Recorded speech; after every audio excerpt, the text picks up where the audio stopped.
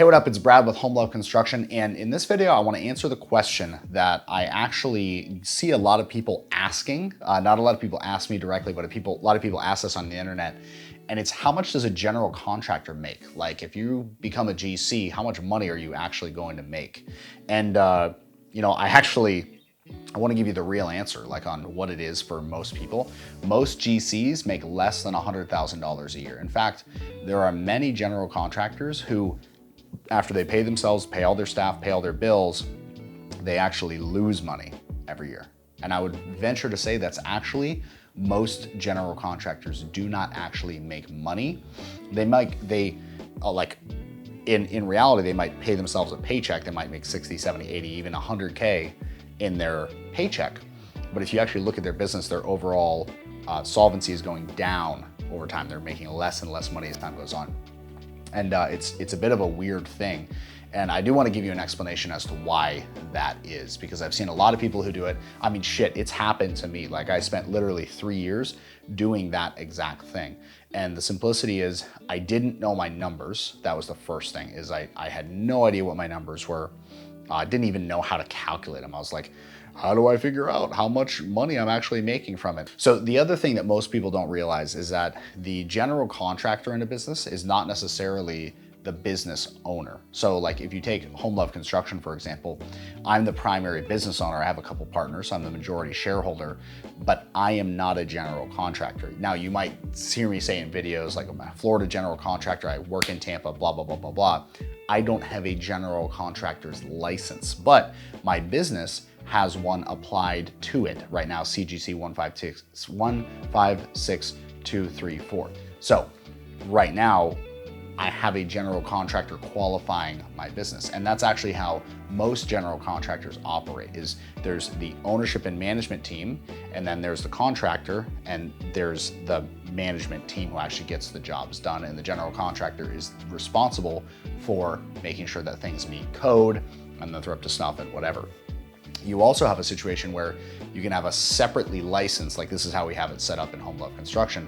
You have a separately licensed financially responsible officer, and that person is the one who's responsible for managing the finances and the business side, and the general contractor is only there to make sure that the building codes are followed, things are done to code, et cetera, et cetera. So there's an interesting interplay between those. The state actually does a horrendous job from a legal perspective of differentiating what is what. I'm sure they'd say, no, it's clear.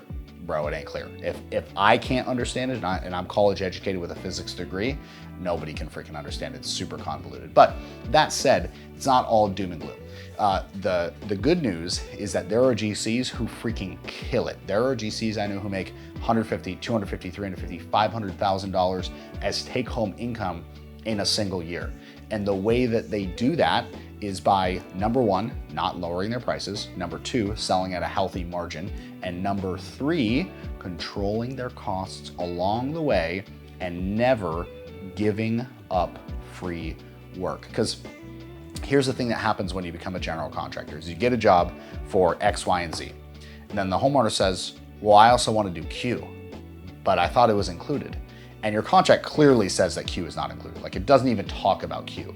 Like, Q is just unrelated. And they're like, but we talked about Q in the first meeting when I first met you. And then the 7 meetings afterwards, I didn't bring it up. I thought it was included. A lot of contractors run into this. So the way that you have to handle that is you have to literally just tell the person, I'm sorry, Mrs. Jones, but Q is not included. Now, if you want us to do Q, it's gonna cost X, Y, and Z. And one of two things happens. It's really interesting when you get to that. When you give a price for the other thing, the built-ins over here that were never addressed. They were set as an idea and never made it on the plans, never made it, or maybe they did make it on the plans, but they never actually made it into your quote or your contract or anything, not in your agreement.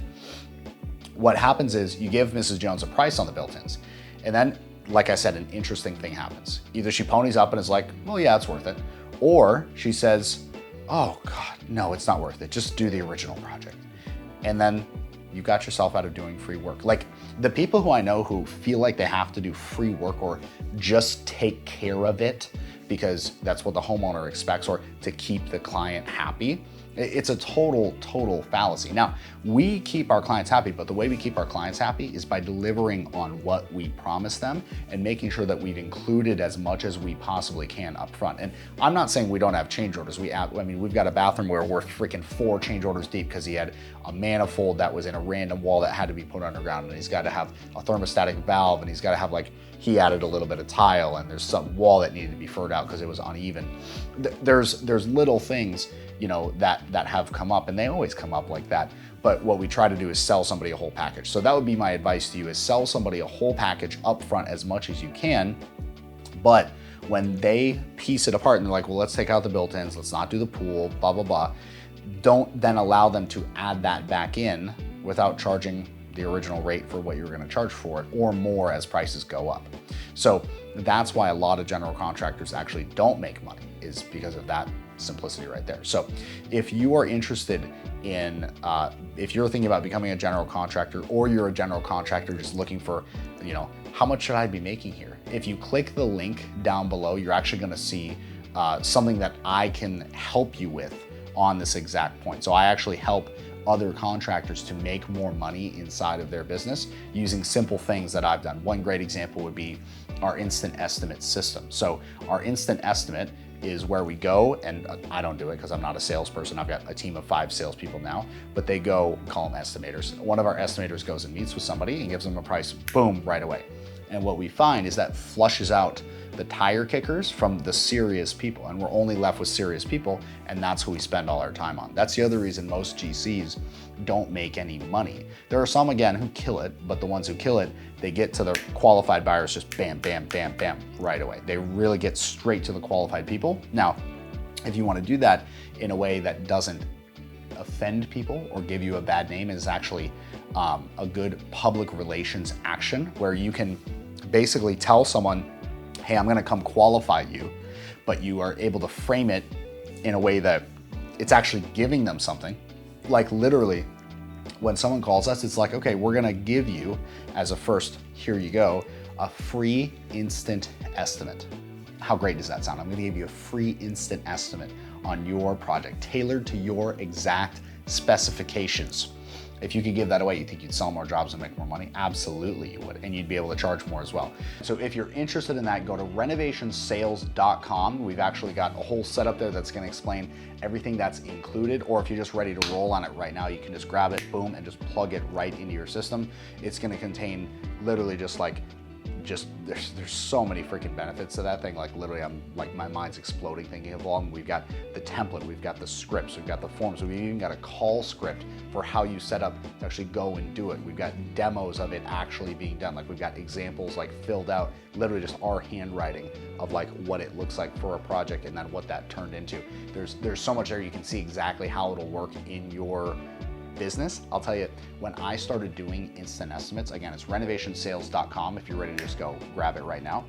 But when I started doing this in Home Love Construction, what I found is I was actually able to, you know, so much like I've got this hat on, I was able to take off the hat of doing sales. This was one of those major key things that allowed me to take a critical hat off. Most construction business owners I know do the sales themselves, and it is crippling them, because without sales, you can't expand. You can't grow if you don't sell. So go to renovationsales.com. You can grab that instant estimate course there, and I look forward to hearing your success with it.